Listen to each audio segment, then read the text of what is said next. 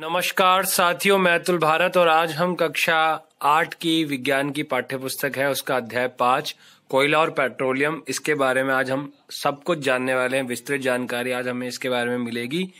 अगर आपने इससे पहले के चैप्टर्स नहीं देखे हैं तो आप जरूर देख लीजिएगा, जिसमें हमारा फसल उत्पादन प्रबंधन, सूक्ष्म जीव, मित्र एवं शत्रु, ये जो विज्ञान के पाठ हैं वे सब हमारे चैनल पे ऑलरेडी अपलोडेड हैं और हम लोग पूरे पार्ट को अच्छे से समझेंगे आज। और एंड में पार्ट के कुछ एक छोटा सा मैसेज भी होगा जो आपके लिए एक बहुत उपयोगी मैसेज होगा, तो आप वीडियो के एंड तक जरूर बने रहिए।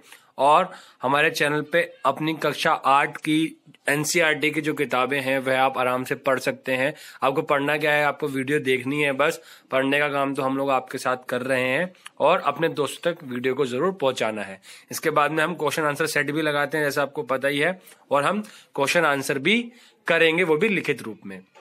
तो पहले हम कोयला और पेट्रोलियम के बारे में जान लेते हैं। तो हम अपनी मूलभूत आवश्यकताओं के लिए विभिन्न पदार्थों का उपयोग में लाते हैं। इनमें से कुछ प्रकृति में पाए जाते हैं और कुछ का निर्माण मानवीय प्रयासों से किया गया है। देखिए, मानवीय प्रयास से भी जो हम लोग करते हैं उसके लिए में जो कच्चा माल जो होता है वह प्रकृति से ही मिलता है। आपको पता है, एक होता है प्राकृतिक और एक होता है मानव निर्मित, मतलब ह्यूमन मेड। ठीक है, और यहाँ पे आप एक क्रियाकलाप है, ठीक है, जिसके अंदर लिखा है कि आप अपने दैनिक जीवन में उपयोग में लाने जाने वाली पदार्थों की एक सूची बनाइए और उनका प्राकृतिक तथा मानव निर्मित वर्गों में वर्गीकरण करिए। जो भी आप घर में दैनिक जीवन में जो भी चीजें इस्तेमाल करते हैं उसके बारे में, से दूध हो गया, सब्जी हो गई, कुर्सी हो गई, ठीक है, तो ये सब और बहुत सारी खनिज भी होते हैं। तो इस प्रकार आप इसको प्राकृतिक मानव निर्मित में आप बांट सकते हैं। आपने कक्षा 6 और कक्षा 7 में ये सब किया है। लेकिन अब यहाँ पे पेट्रोलियम और कोयले की बात है, तो ये एक ईंधन है ना। और ईंधन क्या होता है? ईंधन जो हमें ऊष्मा प्रदान करता है, हमें एनर्जी प्रदान करता है, उसे फ्यूल कहते हैं। तो आज हम इसके बारे में पढ़ेंगे।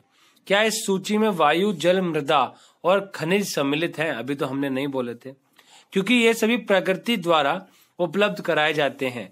ये प्राकृतिक संसाधन कहलाते हैं।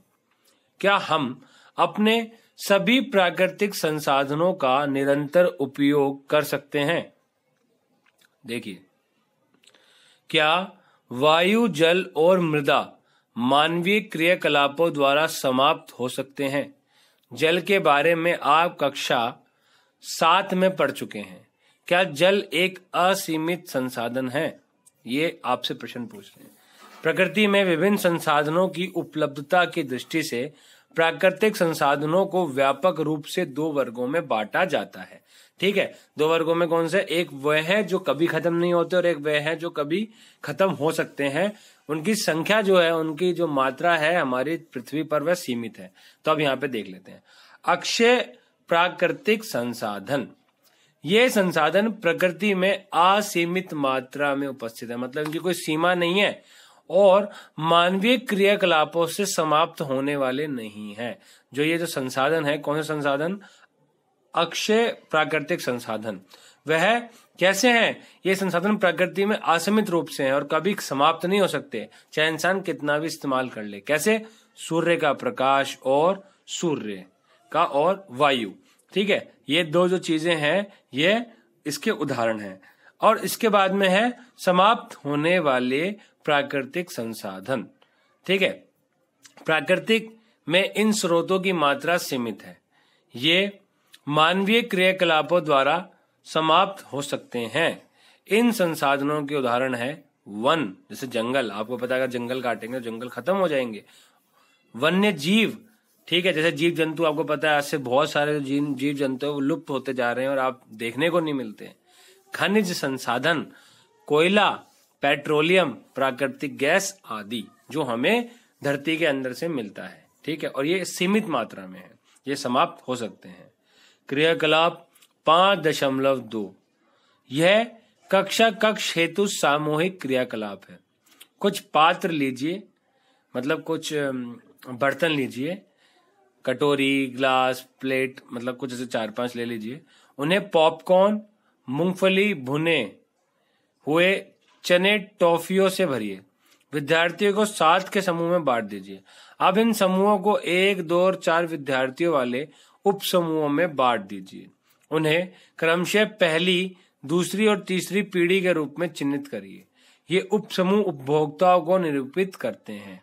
जनसंख्या में वृद्धि के साथ साथ दूसरी और तीसरी पीढ़ी के उपभोक्ताओं की संख्या अधिक है। प्रत्येक समूह के लिए मेज पर एक पूरा भरा पात्र रख दीजिए।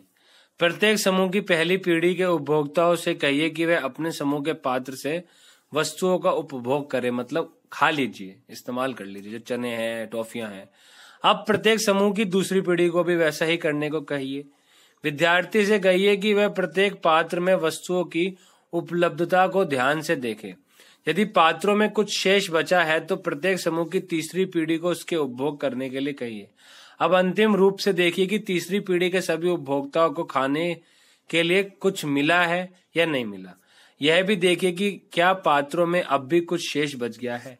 ये दिखाता है कि हम लोग जिस तरीके से इस्तेमाल करते हैं चीजों का, अगर हम ऐसे ही करते रहेंगे, अगर हम ढंग से नहीं करेंगे, हम प्रबंध नहीं करेंगे, हम लोग मैनेजमेंट नहीं करेंगे कि भैया नहीं हमें थोड़ा ही इस्तेमाल करना है, तो हमारी आगे वाली पीढ़ियों को अच्छी चीजें नहीं मिल पाएंगी।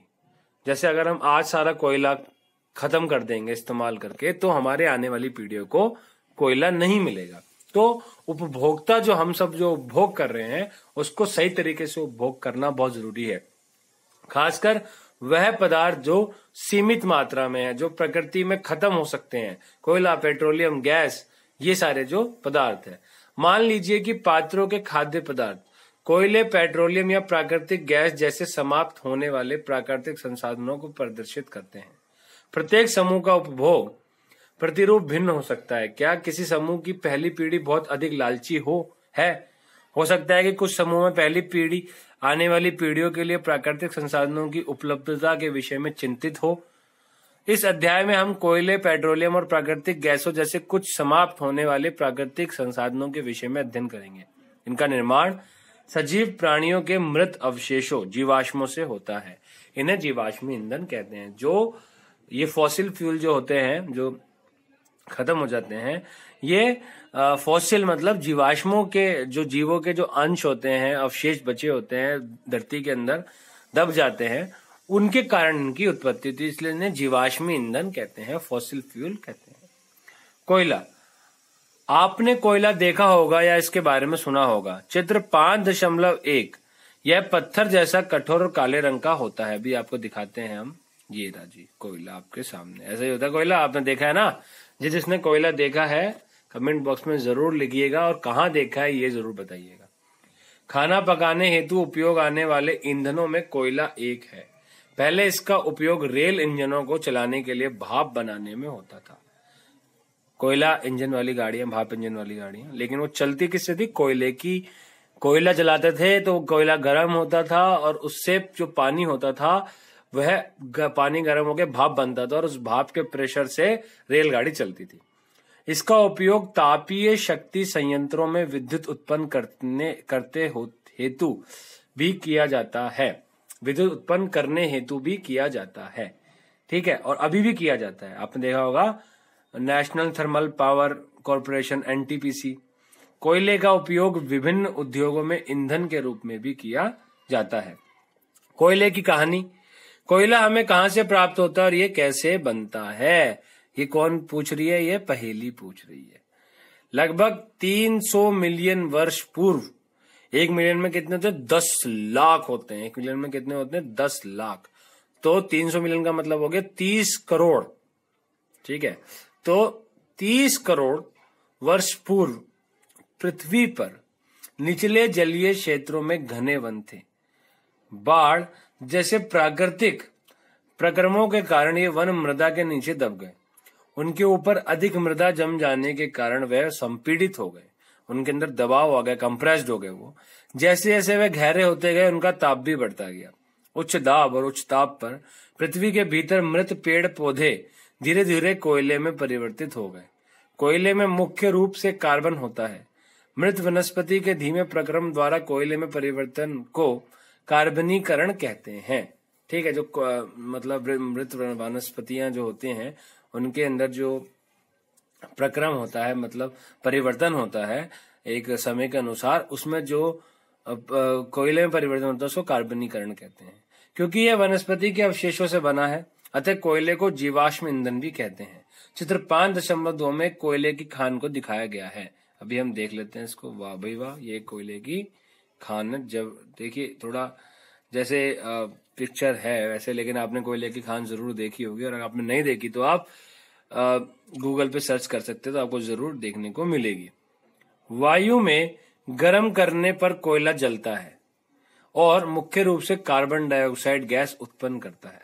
उद्योग में कोयले के प्रक्रमण द्वारा कुछ उपयोगी उत्पाद प्राप्त किए जाते हैं, जैसे कोक, कोलतार और कोयला गैस। ठीक है, जब हम कोयला निकालते हैं, कोयले का प्रक्रमण करते हैं, तो हमें ये सब चीजें मिल जाती हैं। पहला एक कोक, यह एक कठोर सरंध्र और काला पदार्थ है। यह कार्बन का लगभग शुद्ध रूप है। कोक का उपयोग इस्पात के औद्योगिक निर्माण और बहुत से धातुओं के निष्कर्षण में किया जाता है। ठीक है, जब हम बहुत सारी जो धातुएं होती है उनका जब हम निष्कर्षण करते हैं, उनको हम जब बनाते हैं, धातुओं को परिष्कृत करते हैं, मतलब उनको हम साफ करते हैं, उन धातुओं को हम उन सही रूप में लेके आते हैं, पत्थर से धातु के रूप में जब हम लेके आते हैं, क्योंकि खानों के अंदर ही तो मिलती है लोहा, अयस्क और धातुएं, तो उसमें कोक का इस्तेमाल होता है।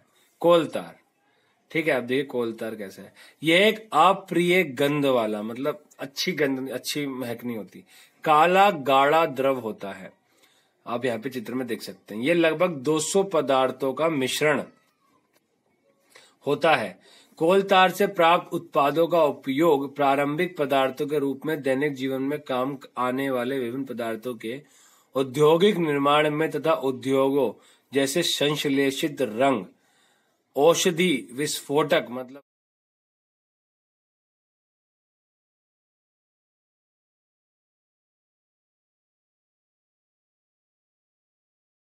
जो बम बनाते हैं, सुगंध, प्लास्टिक, पेंट, फोटोग्राफिक सामग्री, छत निर्माण सामग्री आदि में होता है। आपने देखा भी होगा तारकोल, तारकोल की सड़कें वही कोलतार है। ठीक है, इसको हम ओरिजिनल इसका नाम कोलतार है, लेकिन हम लोग तारकोल बोल देते हैं, और सड़कें बनाने के लिए भी इस्तेमाल होती है। रोचक तथ्य है कि मौत और अन्य कीटों को भगाने हेतु प्रयोग में लाई जाने वाली नेफ्थलीन की गोलियों में भी कोलतार से प्राप्त की जाती है। नेफ्थलीन की जो गोलियां होती है वह भी कोलतार द्वारा ही बनाई जाती हैं। आजकल पक्की सड़कों के निर्माण में कोलतार के स्थान पर एक पेट्रोलियम उत्पाद बिटुमेन का प्रयोग किया जाता है। देखिए आजकल ये किया जाता है, लेकिन पहले क्या करते थे, कोलतार इस्तेमाल करते थे। कोयला गैस, कोयले के प्रक्रमण द्वारा कोक बनाते समय कोयला गैस प्राप्त होती है। देखिए अभी हमने बात करी, जब कोयला जो होती है ना, कोल गैस कहते हैं इसको इंग्लिश में, तो जब कोयला जब हम निकालते हैं, प्रक्रमण उसका करते हैं कोयले का खान के अंदर से, तो कोल गैस निर्मुक्त होती है। ठीक है, और उस गैस को इकट्ठा कर लेते हैं, तो उस जो गैस होती है वह जिस प्रकार से हम प्राकृतिक गैस का इस्तेमाल करते हैं जलाने के लिए, ऐसी कोल गैस भी बड़ी ज्वलनशील गैस होती है, और उसको भी एक ईंधन के रूप में हम इस्तेमाल करते हैं। तो ये कोयला प्रक्रमण संयंत्रों के निकट स्थापित बहुत से उद्योगों में ईंधन के रूप में उपयोग की जाती है। देखिए आ गया ना, यहाँ पे ईंधन के रूप में हम इस्तेमाल करते हैं। लंदन में 1810 में तथा न्यूयॉर्क में 1820 के आसपास कोयला गैस का उपयोग प्रथम बार सड़कों पर रोशनी के लिए किया जाता था। आजकल इसका उपयोग रोशनी के बजाय ऊष्मा के स्रोतों के रूप में किया जाता है। आपको पता है, फिर ऊष्मा के द्वारा फिर हम बिजली भी उत्पन्न करते हैं, और फिर हम ऊर्जा बना के हम बिजली का हम पंखे चलाते हैं, कूलर चलाते हैं, ट्यूबलाइट है, बल्ब है, और आजकल तो इलेक्ट्रिक व्हीकल भी आ गए हैं, टीवी है, कंप्यूटर है, मोबाइल है। तो ये सब इन्हीं प्राकृतिक स्रोतों के द्वारा हम ऊर्जा बनाते हैं, ईंधन बनाते हैं अपना, और फिर हम ऊर्जा बना के, एनर्जी बना के, विद्युत का निर्माण करके ये सब कार्य करते हैं। तो ये सब एक दूसरे से जुड़ा हुआ है। पेट्रोलियम, अब हम आ गए हैं पेट्रोलियम पे। हमने कोयला पढ़ लिया, अब हम पेट्रोलियम की बात करते हैं। आप जानते हैं कि ईंधन के रूप में पेट्रोल का उपयोग हम हल्के स्वचालित वाहनों जैसे मोटर, साइकिलों, स्कूटरों और कारों में होता है। भारी मोटर वाहनों जैसे ट्रकों और ट्रैक्टरों को चलाने के लिए डीजल काम आता है। ये ईंधन प्राकृतिक स्रोतों से प्राप्त होते हैं। आपको पता है भैया, हमारी गाड़ी में मोटरसाइकिल, स्कूटर और हमारी बस, इन सब में मतलब बस तो आजकल सीएनजी से चलती हैं सारी, लेकिन खासकर जो है वो पेट्रोलियम के द्वारा ये सब, और आज भी बहुत सारी जगहों पे पेट्रोल और डीजल का इस्तेमाल करते हैं। तो ये सारे ईंधन में प्राकृतिक स्रोतों से प्राप्त होते हैं, उन्हें पेट्रोलियम कहते हैं। पेट्रोलियम शब्द की उत्पत्ति पेट्रा चट्टान एवं ओलियम मतलब तेल, पेट्रा और ओलियम चट्टान और तेल से, चट्टानों के तेल से हुई है, क्योंकि ये जमीन के नीचे की चट्टानों के मध्य से निकाला जाता है, इसलिए इसको पेट्रोलियम कहते हैं। क्या आप जानते हैं, अभी देखेंगे हम चित्र में, कि पेट्रोलियम कैसे बनता है। पेट्रोलियम का निर्माण समुद्र में रहने वाले जीवों से हुआ। जब ये जीव मृत हुए, इनके शरीर समुद्र के पेंदे में जाकर जम गए और फिर रेत तथा मिट्टी की तहों द्वारा ढक गए। लाखों वर्ष में वायु की अनुपस्थिति, उच्च ताप और उच्च दाब से मृत जीवों को पेट्रोलियम और प्राकृतिक गैस में परिवर्तित कर दिया। किसने कर दिया? वायु की अनुपस्थिति में उच्च ताप और उच्च दाब ने इनको वो कर दिया। अब आप यहाँ पे देख भी सकते हैं, ठीक है। 5.4 पेट्रोलियम और प्राकृतिक गैस के भंडार किस प्रकार से होते हैं। देखिए, कुएं होते हैं ड्रिलिंग मशीन के द्वारा, ठीक है, और तेलाशय चट्टाने हैं, गैस है, तेल है, उसके नीचे जल है, ठीक है, और इस प्रकार से हम ड्रिलिंग करके नहीं निकालते भी हैं। चित्र 5.4 में देखिए, जो पेट्रोलियम और प्राकृतिक गैस के भंडारों को दर्शाता है। आप देख सकते हैं कि पेट्रोलियम तेल और गैस की परत जल की परत के ऊपर है। ऐसा क्यों है? याद करिए कि तेल और गैस जल से हल्के होते हैं और इसमें मिश्रित नहीं होते हैं। आपको पता है, हमने विज्ञान में पढ़ा है ये सारी चीजें। जब हम पानी के ऊपर अगर हम तेल डाल देते हैं तो तेल नीचे नहीं जाता है, तेल ऊपर ही तैरता था, क्योंकि तेल पानी से हल्का होता है। विश्व का पहला तेल का कुआं पेंसिल्वेनिया, अमेरिका में 1859 में प्रवेधित ड्रिल किया गया था। 8 वर्ष बाद 1867 में असम के माकुम नामक स्थान पर तेल का पता चला। भारत में तेल असम, गुजरात, बॉम्बे हाई और गोदावरी तथा कृष्णा नदियों के बेसिन में पाया जाता है। पेट्रोलियम का परिष्करण, ये आपको पता लग गया, आप स्क्रीनशॉट भी ले सकते हैं कि कब ये पाया गया था, और अभी भी यहाँ पे ये तेल के जो कुएं हैं और भारत में कहां पर है। पेट्रोलियम का परिष्करण। पेट्रोलियम गहरे रंग का तेलीय द्रव है। इसकी गंध अप्रिय होती है। यह विभिन्न संघटकों जैसे पेट्रोलियम गैस, पेट्रोल, डीजल, स्नेहक तेल, पैराफिन, मोम आदि का मिश्रण होता है, ठीक है। पेट्रोलियम जो है ना, ये सब इन सब का मिश्रण है। फिर इसमें से पेट्रोल अलग निकालते हैं, डीजल अलग करते हैं, ठीक है, पैराफिन अलग करते हैं, ठीक है। तो कभी भी अगर आप बोले कि भैया पेट्रोल अलग, पेट्रोलियम के अंदर पेट्रोल पाया जाता है, तो जो पेट्रोलियम जब निकलता है धरती के अंदर से, तो प्योर पेट्रोल नहीं होता है, वह काले रंग का होता है। आपने देखा है पेट्रोल काले रंग का तो होता नहीं है ना, लेकिन पेट्रोलियम जो होता है वह काले गहरे रंग का होता है, मतलब गहरे रंग का होता है, काला सा होता है, और इसकी जो गंध होती है ना, बिल्कुल अच्छी नहीं लगती, मतलब स्मेल बहुत करता है। पेट्रोलियम के विभिन्न संघटकों प्रभाजो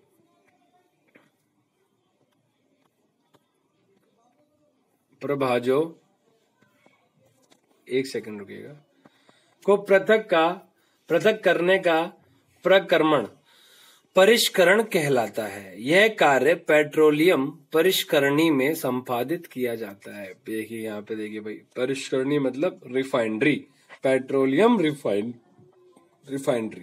चित्र 5.5 में आप देख सकते हैं, ठीक है। आपने भी देखा होगा, नहीं देखा होगा तो गूगल पे आप सर्च कर सकते हैं।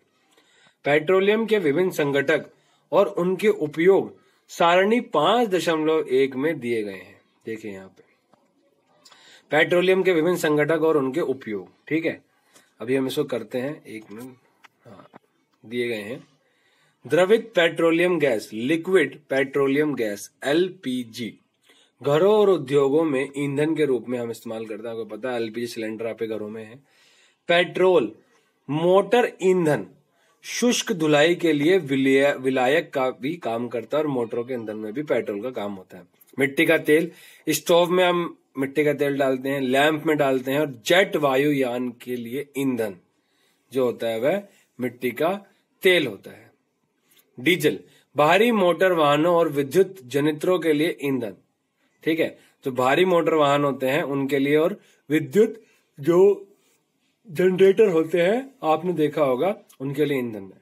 स्नेहक तेल स्नेहन के लिए, पैराफिन मोम मरहम के लिए, मोमबत्ती के लिए, वैसलीन आदि में हम पैराफिन मोम का इस्तेमाल करते हैं। बिटुमिन जो हमारे घर में पेंट होता है दीवारों पर वो है, और सड़कों के निर्माण के लिए हम बिटुमिन इस्तेमाल करते हैं। देखिए ये सब है ना, ये सब पेट्रोलियम के पदार्थ हैं। पेट्रोलियम के अंदर से ये सब निकलता है जब और फिर पेट्रोलियम रिफाइनरी में जब हम रिफाइन करते हैं तो ये सब हम अलग अलग कर लेते हैं। पेट्रोलियम और प्राकृतिक गैस से अनेक उपयोगी पदार्थ प्राप्त किए जाते हैं। इन्हें पेट्रो रसायन कहते हैं। इनका उपयोग अपमार्जक रेशे मतलब पॉलिएस्टर, नायलॉन और एक्रिलिक आदि, पॉलीथीन और अन्य मानव निर्मित प्लास्टिक आदि के औद्योगिक निर्माण में किया जाता है। मतलब इससे हम ये सब पॉलिएस्टर, नायलॉन और प्लास्टिक वगैरह भी हम पेट्रोलियम के जो अंदर से हमें पदार्थ मिलता है रासायनिक, उससे हम बना सकते हैं। देखिए कितना सब कुछ हमें पेट्रोलियम से मिलता है। प्राकृतिक गैस से प्राप्त हाइड्रोजन गैस का उपयोग उर्वरक यूरिया, ठीक है, वो पता है खाद जो हम लोग बनाते हैं, मतलब उर्वरक खाद तो जैविक खाद तो प्राकृतिक है, आपने पढ़ा है ये, और उर्वरक जो होता है वो यूरिया ये मानव निर्मित होती है जो फैक्ट्री में बनती है। तो उसके लिए हम हाइड्रोजन गैस का इस्तेमाल करते हैं जो हमें प्राकृतिक गैस से मिल जाती है, के उत्पादन हेतु किया जाता है।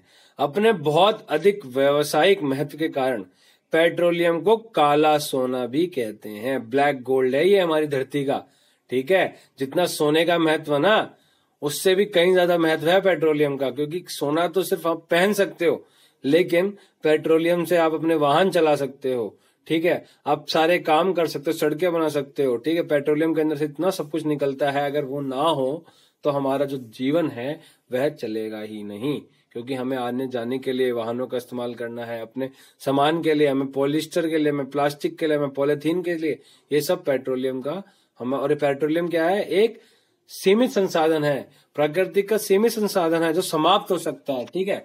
तो ये अक्षय संसाधन नहीं है, ये समाप्त होने वाला संसाधन है। तो आपको ये याद रखना है कि ये बहुत महत्वपूर्ण है। प्राकृतिक गैस 5.3 है, जिसको हम नेक्स्ट वीडियो में करेंगे। और मुझे लगता है कि आपने वीडियो एंड तक देखी है, आप अभी तक यहाँ पे हैं। मैं थोड़ा सा आपको जरूर बताऊंगा कि अपने जीवन को आपको बदलने के लिए ध्यान धारणा मेडिटेशन जरूर करना चाहिए।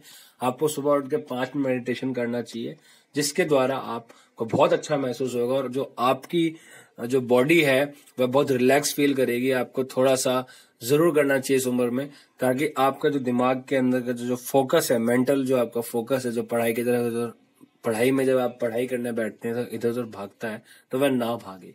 इसके लिए सहज योगा मेडिटेशन है, जिसके जो अभी आपके सामने एक मैसेज आएगा, तो आप इस मैसेज को जरूर देखिएगा। और इसके जो लिंक होंगे ये भी आपको डिस्क्रिप्शन बॉक्स में मिलेगा, और आप जरूर इसके मेडिटेशन के थ्रू आप एक बहुत अच्छे स्टूडेंट बन पाएंगे और आप अपनी मंजिल को पा पाएंगे। क्योंकि हम सब लोग जिन्होंने भी ये मेडिटेशन किया है वह आज अपने जीवन में बहुत शांत और बहुत अच्छे हैं, और उनको हर कोई समाज में अच्छी निगाहों से देखता है। तो ये छोटा सा मैसेज है आपके लिए। दूसरी वीडियो जरूर आपके लिए आएगी और आप हमारे साथ बने रहिए। ये मैसेज आपके लिए, आप इस मैसेज को देखिए।